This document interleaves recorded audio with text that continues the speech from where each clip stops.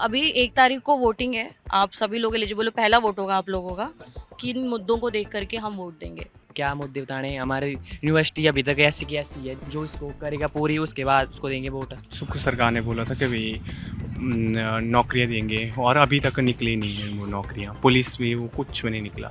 एक तो सड़क की सुविधा बहुत कम है, हमारा घर बहुत दूर है, सड़क तक पहुंचने के लिए 2 घंटे लग जाते हैं। बेरोजगारी में हिमाचल प्रदेश इंडिया का नंबर 1 राज्य बन चुका है, जो कि हमारे पास अनएम्प्लॉयमेंट ही नहीं है। क्यों पोस्ट ही नहीं निकलती है? स्कूल तक तो आपको पता ही होता है, हमको सिर्फ अगली क्लास को सोचना था, पर अब टेंशन हो रही है कि कुछ है ही नहीं। कंगना और विक्रमादित्य, कौन ज्यादा आपको एलिजिबल कैंडिडेट लग रहा है दोनों में से? एक नया जब आदमी राजनीति में आ रहा है और ऊपर से इस टाइम पे आ रहा है, क्योंकि इस टाइम पे जो जनता पे बीत रही है, भूखमरी है, इतनी गरीबी फैल रही है और एजुकेशन की बहुत कमी है, हेल्थ कुछ भी नहीं है, और उस टाइम पे कंगना आ रही है। अगर वो करती है तो ठीक है, लेकिन मेरे को लगता है कि जो यूथ है वो कांग्रेस को ही सपोर्ट करेगी इस बार। कंगना के नाम पर जो वोट पड़ेगा वो पड़ेगा मोदी के नाम पे ही, मतलब कंगना कुछ ज़्यादा नाम नहीं है यहाँ। बीजेपी में मैम आगे देश चलाने के बड़े नेता है ना, वो लीडर हैं, मतलब देश चला सकते, वो आगे है नहीं कांग्रेस पार्टी में।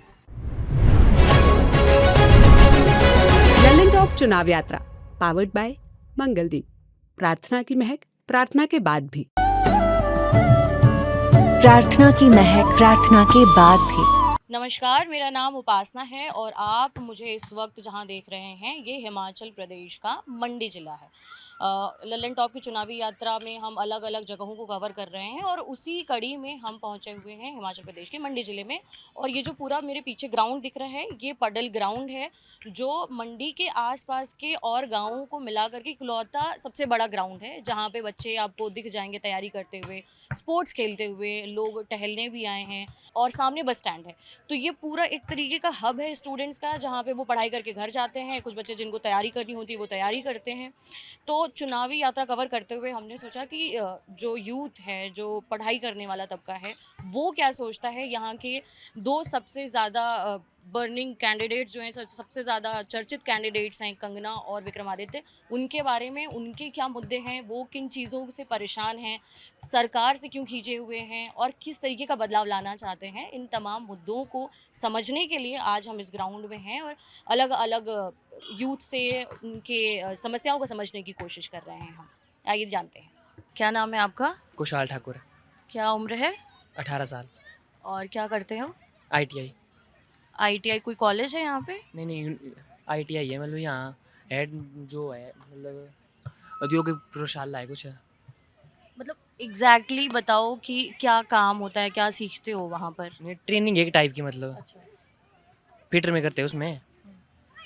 क्या करते हैं? फिटर ITI में ट्रेड है एक फिटर नाम का। अच्छा। आपका क्या नाम है? शिव, उम्र क्या है? 19 साल। और आप क्या पढ़ाई कर रहे हो अभी? मैं कॉलेज कर रहा हूँ, कॉलेज में कौन सा course? Arts. Arts. Yes, BA। BA। Okay. और आपका क्या नाम है? मुकेश कुमार, आपकी क्या उम्र है? 20 साल। 20 साल। तो आप सभी लोग यहीं प्रॉपर यहीं के रहने वाले हो, मंडी के आसपास ही? हाँ जी। और रोज़ यहाँ पढ़ाई के लिए आते हो? यस। ओके, ठीक है। अभी 1 तारीख को वोटिंग है। आप सभी लोग एलिजिबल हो, पहला वोट होगा आप लोगों का। हाँ जी। कैसा, क्या सोच करके वोट देने की प्लानिंग कर रहे हो कि किन मुद्दों को देख करके फिर डिसाइड करेंगे या जज करेंगे, या सबसे पहले ये बताओ, एक्साइटमेंट है कि नहीं है वोट देने की है जी। आपको? Yes. और आपको? है, एक्साइटमेंट है। क्या सोच करके अभी तक रखा हुआ है कि किन मुद्दों को देख करके हम वोट देंगे?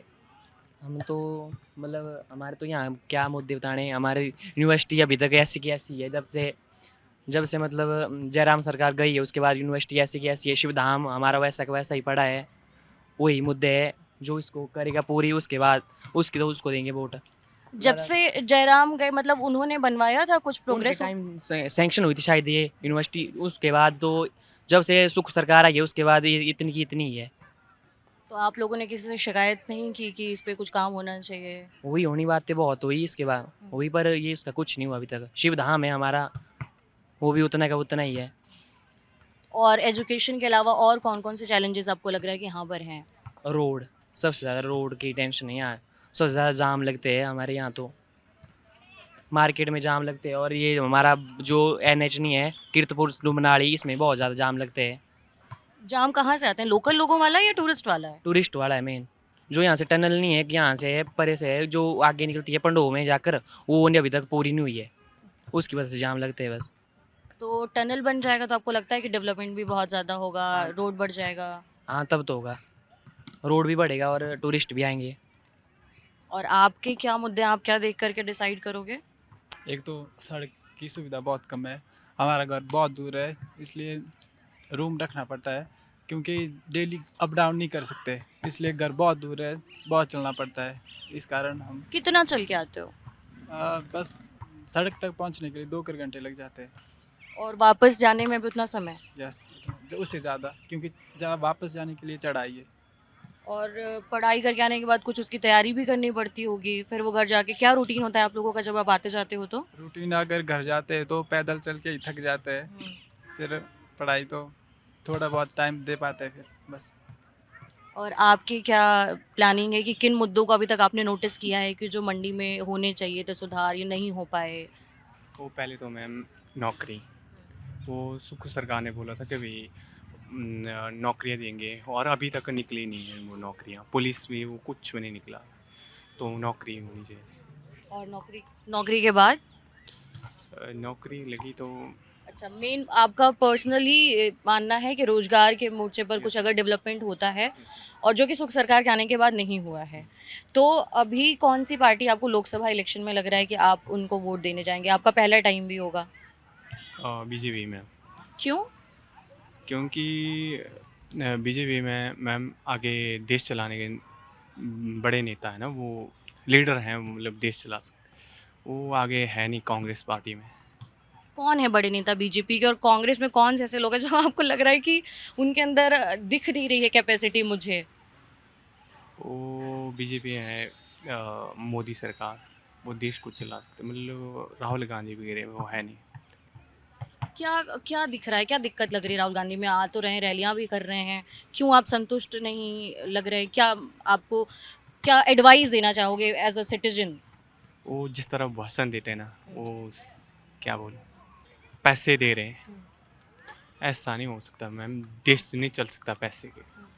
वो ऐसे फ्री में दे देंगे 1500, वैसे 15,000, ऐसे फिर कहाँ होना। तो कुछ तो करना पड़ेगा। मतलब आपका कहना है कि डायरेक्ट पैसा देने की बजाय नौकरियां क्रिएट होनी चाहिए, तब उससे इकोनॉमी साथ में भी बढ़ेगी और नौकरियां भी आ रही हैं। एक वन साइडेड पैसा दे दे के काम नहीं ख़त्म होगा। आपको कितना समय लगता है यहाँ आने में कॉलेज? मैम मेरा घर कटौला साइड से है, और मेरे को सड़क नहीं है आगे, मतलब अब तो निकली है पर वो कच्ची सड़क है। बस पास की है पर वो लगी नहीं है। पिछली साल बस पास हुई थी और वो अब लगती नहीं है, बस आई नहीं। वो सड़क भी गिरी हुई है, टूटी हुई है। बस पास हुई थी, लगती ही नहीं है मतलब? वो पास हुई है, अब तक लगी नहीं, बस आई मतलब अभी आई उस पे शुरू नहीं हुआ है? शुरू नहीं। ओके। और कितना समय लगता है आपको आने जाने में? 2-3 घंटे लगते हैं मैम। तो आपके साथ साथ और कितने स्टूडेंट्स ऐसे हैं जो आपको लगता है कि सिर्फ 2-3 घंटे ट्रैवल करके पढ़ने आते हैं और फिर वापस जाते हैं? कुछ आइडिया है आप लोगों को नंबर्स का? सर आप प्लीज़ इधर आ जाइए थोड़ा सा। आपको किसी को आइडिया है कि मैक्सिमम ही मिलने आपको जो अप डाउन करते हैं, यहाँ लोकल बड़े कम है, मतलब लोकल से ज़्यादा जो दूर से आते हैं वो बहुत ज़्यादा है, जो ट्रैवल करते हैं रोज़ बसों में वही मिलने ज़्यादा। बसों में रोज? हाँ, और बसों का यहाँ ऐसा है, रूट पे लगेगी बस, वो लेट होनी रोज़, बस 10-15 मिनट रोज़ लेट है, यही है बस यहाँ का। मतलब आप लोगों का कहना है कि 24 घंटे में से 2-3 घंटे लगा के आने जाने में, मान लो 5-6 घंटे आने जाने में लग जाते हैं, बाकी पढ़ाई होती है और उसके बाद से बेयरली शायद थोड़ा टाइम बचता होगा कि आप लोग कुछ एक्स्ट्रा किसी चीज़ पे सीख पाओ या कुछ कर पाओ।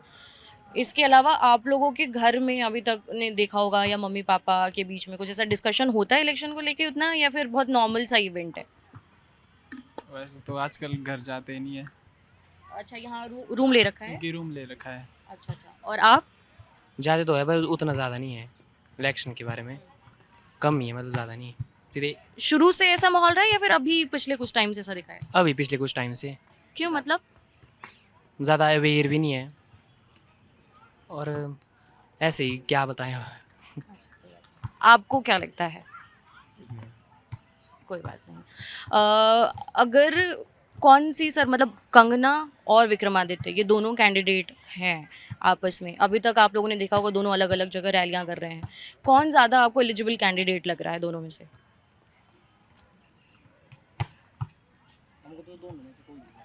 हाँ, क्यों? क्योंकि कंगना पहले बॉलीवुड में रही, उसके बाद अचानक उसको टिकट दे दिया। विक्रमादित्य ने पहले पार्टी छोड़ दी, उसके बाद उसको टिकट दे दिया फिर सरकार ने। बोला मैं पहले उन्होंने भाषण में बोला कि मैं इस सरकार के साथ जुड़ रहना अच्छा नहीं है, मेरे को छोड़ देनी चाहिए सरकार। उसके बाद वो फिर से उनको मिल गया टिकट सेंटर का। तो वापस हाँ, तो नहीं है पसंद। इससे अच्छा किसी और को देते टिकट, वो ठीक था। कंगना भी ऐसी है। कंगना में पहले जो मुंबई में कांड हुआ उसके बाद ही कंगना आई, तब लगा उसको पता कि राजनीति भी कोई चीज़ है। इससे पहले तो हमने कंगना को देखा कहीं भी बॉलीवुड में मिली। आपको क्या लगता है? इतनी मेहनत करके तुम यहाँ पर रूम लेके रह रहे हो, ऐसे करने के लिए तो नहीं। बीजेपी। बीजेपी क्यों? यहाँ ज़्यादा माहौल मोदी का ही है, ज़्यादा मोदी का ही माहौल, क्राउड ज़्यादा है। मतलब कंगना के नाम पे जो वोट पड़ेगा वो पड़ेगा मोदी के नाम पे ही। मतलब कंगना कुछ ज़्यादा नाम नहीं है यहाँ। अच्छा, तो मोदी भी आए 24 तारीख को यहाँ मंडी में, क्राउड अच्छा था उस दिन भी, पर लेट हो गए। वो भी 11 बजे की टाइमिंग थी, पर 1-1:30 बजे पहुँचे शायद। उनको भी आने के बाद पता चला होगा कि पहाड़ के लोगों के लिए चढ़ाई, रोज़ का चढ़ना उतरना कितना मुश्किल काम है। तो बेसिकली आप लोगों का कहना है कि कोई भी इन दोनों में से कैंडिडेट बहुत दमदार नहीं है, कंगना को थोड़ा बहुत जो भी लाइमलाइट मिल रहा है वो मोदी के नाम पर मिल रहा है। ओके, ठीक है। और क्या यहाँ पर डेवलपमेंट और होने चाहिए, कुछ चीज़ें जिस पर अभी तक किसी सरकार ने बात नहीं की है, कुछ है ऐसे मुद्दे आप लोगों की नज़र में? अब शहर के बारे में तो हम तो जानते भी नहीं ना। हम अपने इलाके की बताए तो रोड नहीं है बस हमारे लिए सबसे ज़्यादा मेन है रोड, सड़क की सुविधा। और जो बस है हमारे लिए, बस से लास्ट बस हमको 5 बजे आती है, कुछ उसके बाद जानी चाहिए कोई ना कोई बस। 6 बजे 7 बजे कोई बस 5 बजे के बाद यहाँ से कोई बस ही नहीं जाती है? बस नहीं जाएगी कोई भी। वो जो भी बस मिलेगी IIT है यहाँ एक पर एक IIT कमांड में, उसी के लिए मिलेगी बस, बाकी कोई बस नहीं मिलेगी। क्या नाम है आपका? स्नेहा। और आपका? उजाला। और वोट देने के लिए एलिजिबल हो, मैं एज नहीं पूछूंगी बट फर्स्ट टाइम वोटर या फिर वोट? First time. तो एक्साइटमेंट भी होगी। बिल्कुल। यहाँ प्रॉपर मंडी के रहने वाले हो या फिर थोड़ा दूर से? मैं चंबा से हूँ। और मैं बाली चौकी मंडी से ही, मंडी डिस्ट्रिक्ट से। तो आप यहाँ पर कैसे रहते हो? मेरे को काफ़ी टाइम हो गया है, मेरी स्कूल एजुकेशन यहीं से हुई है, तो उसके बाद मैं यहीं से कॉलेज कर रही हूँ। सो बेसिकली 1 जून को जो वोटिंग होनी है उसमें आप लोग वोट डालोगे। 2 कैंडिडेट्स हैं, विक्रमादित्य हैं और दूसरी तरफ कंगना है। आप लोग किसकी तरफ इंक्लाइंड हो या फिर किसको प्रेफर कर रहे हो या फिर किसको पसंद कर रहे हो? अभी तक तो हम विक्रमादित्य को प्रेफर करना पसंद करूँगी, क्योंकि वो एजुकेटेड है, उन्होंने खुद फील्ड में वर्क करा हुआ है, इसलिए मेरे को लगता है कहीं ना कहीं उनको देना चाहिए। क्योंकि कंगना जी की तो मेरे को बातों से भी नहीं लगता कि वो इतना पॉइंट ऑफ व्यू रखते हैं कुछ करने का। वो बस औरों को टारगेट करते रहते हैं, वो भी सिर्फ एक व्हाट्सएप जोक या फिर ऐसी चीज़ों को लेके, कोई लॉजिकल वो बोलते ही नहीं है। तो हम क्या उनकी बातों पे क्या सुन के क्या वोट देंगे उनके लिए। और आप? मैं भी विक्रमादित्य को ही प्रेफर करूँगी, क्योंकि पहली बात तो एक्सपीरियंस है उनके पास। एक फैमिली जब बैकग्राउंड अच्छा होता है तो पता होता है कि राजनीति में कैसे आगे कदम लेना है, कैसे जनता को संभालना है। अब कंगना जो मैम है, जानते हैं कि उन्होंने भी बहुत मेहनत की अपनी फील्ड में, लेकिन उन्होंने अपनी एक और फील्ड में मेहनत किया, लेकिन उनका कोई पहले से ऐसा नहीं था कि उन्होंने राजनीति में जाना है। तो एक नया जब आदमी राजनीति में आ रहा है और ऊपर से इस टाइम पे आ रहा है, क्योंकि इस टाइम पे जो जनता पे बीत रही है, भूखमरी है, इतनी गरीबी फैल रही है और एजुकेशन की बहुत कमी है, हेल्थ कुछ भी नहीं है, और उस टाइम पे कंगना आ रही है। अगर वो करती है तो ठीक है, लेकिन मेरे को लगता है कि जो यूथ है वो कांग्रेस को ही सपोर्ट करेगी इस बार। ऐसा कोई और रीज़न कि जो पिछले कुछ सालों में कांग्रेस ने यूथ के लिए किया हो, जो आप लोग देखते हुए बड़े हुए हो, या फिर जो आपके फैमिली में बड़े यूथ हो, आपके बड़े भैया कजिन्स रहे हो, जो आप लोगों को लगा हो कि हाँ गवर्नमेंट इन लोगों के लिए कुछ अच्छा किया था? जैसे पेंशन स्कीम जो थी वो पहले वो सब कांग्रेस की ही थी, जिस पे अगर अब वो बहुत सारी चीज़ें थी, जैसे कि फूड को लेके स्कीम चलाई थी, वो सबसे पहले कांग्रेस ने शुरू करी थी। अब जब से बीजेपी आई है, उन्होंने उनका बस नेम चेंज कर दिया और वो ये बोल रहे हैं कि वो स्कीम हमने शुरू की है। तो वैसे नहीं, उस हिसाब ये वाला काम तो सारी गवर्नमेंट करती है ना मोस्टली। जैसी किसी भी स्टेट में गवर्नमेंट चेंज होती है तो वो या तो स्कीम को बंद कर देती हैं या फिर उसी को थोड़ा सा फेरबदल करके अपना नाम लगा के कर देती हैं। कांग्रेस को मैं इसलिए प्रेफर करूंगी क्योंकि मैं एक बहुत ही ज़्यादा बैकवर्ड एरिया से हूँ, मतलब तहसील पांगी, डिस्ट्रिक्ट चंबा। तो पांगी के लोगों को पता है वहाँ पे अभी सेकंड टाइम हॉस्पिटल बना वो बहुत छोटा है उस एरिया के लिए, बट काफ़ी अच्छा, और वो दूसरी बार बना है। कॉलेज वहाँ पे अभी जैसे बना है दूसरी बार बना है, और वो कांग्रेस ने ही बनाया, हॉस्पिटल भी कॉलेज भी। और वहाँ पे फर्स्ट जो प्राइम मिनिस्टर इंदिरा गांधी थी फीमेल, वो भी वहाँ पे विजिट कर चुकी है। तो अभी तक वहाँ पे जितना भी डेवलपमेंट हुआ है वो मोस्ट ऑफली सिर्फ कांग्रेस की वजह से हुआ है। बीजेपी ने वहाँ पे सीरियसली कुछ भी नहीं किया हुआ अभी तक, तो मेरे को लगता है ऐसा। ये जो ओपिनियन आप लोगों का आ रहा है, मुझे बहुत अच्छा लग रहा है सुनकर के कि इतनी वैरायटी है उसमें और इतनी डेप्थ है। कहाँ से आ रहा है? बचपन से इंक्लिनेशन है, ये पॉलिटिकल अवेयरनेस है, या फिर घर में सुनते सुनते? नहीं, पहले तो स्कूल तक कुछ भी पता नहीं था, पर अभी जब से कॉलेज स्टार्ट हुआ हम देखते कि हमें क्या टेस्ट देना चाहिए, हमारे से कौन सी फील्ड है, तो उससे पता लग रहा है हमारे पास तो कुछ है ही नहीं। बेरोजगारी में हिमाचल प्रदेश इंडिया का नंबर 1 राज्य बन चुका है, जो कि हमारे पास अनएम्प्लॉयमेंट ही नहीं है, क्यों पोस्ट ही नहीं निकलती है। स्कूल तक तो आपको पता ही होता है, हमको सिर्फ अगली क्लास को सोचना था, पर अब टेंशन हो रही है कि कुछ है ही नहीं। तो अब फील्ड में निकल के पता लग रहा है कि कौन क्या कर रहा है, कौन क्या नहीं कर रहा, हमें किसे सपोर्ट करना चाहिए और नहीं करना चाहिए। मैं भूल गई आप लोगों से, अभी आप लोगों ने जस्ट 12th पास आउट किया है या फिर ग्रेजुएशन में है? नहीं, अभी ग्रेजुएशन में है, 12th कौन से ईयर में? हमने 22 में। नहीं नहीं, ग्रेजुएशन कौन से ईयर में है? अभी मेरा फर्स्ट ईयर है। और आपका? Second year. सेकंड ईयर है। और आप लोग दोस्त कैसे बने? हम साथ में ही पढ़ते हैं। मैंने ड्रॉप लिया था। Okay okay. और कौन सा स्ट्रीम है, कौन सा सब्जेक्ट है आपका? मेरा बीएससी जूलॉजी। मैं बीए कर रही हूँ ज्योग्राफी में। ओके। और आगे अभी क्या प्लान कर रखा है कि आगे क्या जाना है? मतलब यहाँ तो ऑप्शन नहीं दिख रहा, बट कुछ तो सोच रखा होगा कि आगे क्या बनना है। बताओ बताओ। अभी तो बस सोच रहे ग्रेजुएशन कर लेंगे, उसके बाद आगे एडमिनिस्ट्रेटिव की तैयारी करेंगे। बिल्कुल एडमिनिस्ट्रेटिव। कोई खास रीजन? खास रीज़न तो मेरा तो अभी तक कुछ नहीं, क्योंकि मैंने पहले मैं नीट एस्पिरेंट थी, मैंने ड्रॉप लिया हुआ था। फिर वहाँ पे अभी पिछली बार एग्ज़ाम बहुत ईजी आया था और कट ऑफ इतनी हाई थी कि फर्स्ट 20 बच्चों की 720 आउट ऑफ 720 थे। तो मतलब काफ़ी कंपटीशन था, तो मेरे को लगा नहीं कुछ हट के करना चाहिए और कुछ किसी और फील्ड में जाऊँ, क्योंकि अगर मतलब एक 40, 45, 50,000 तक की सीट होती है, उसके लिए 3 लाख बच्चे फॉर्म भरते हैं, जिसमें से आधे से ज़्यादा बच्चे 3-3 साल के ड्रॉपर होते हैं, वो भी बहुत ही अच्छी अकेडमी के।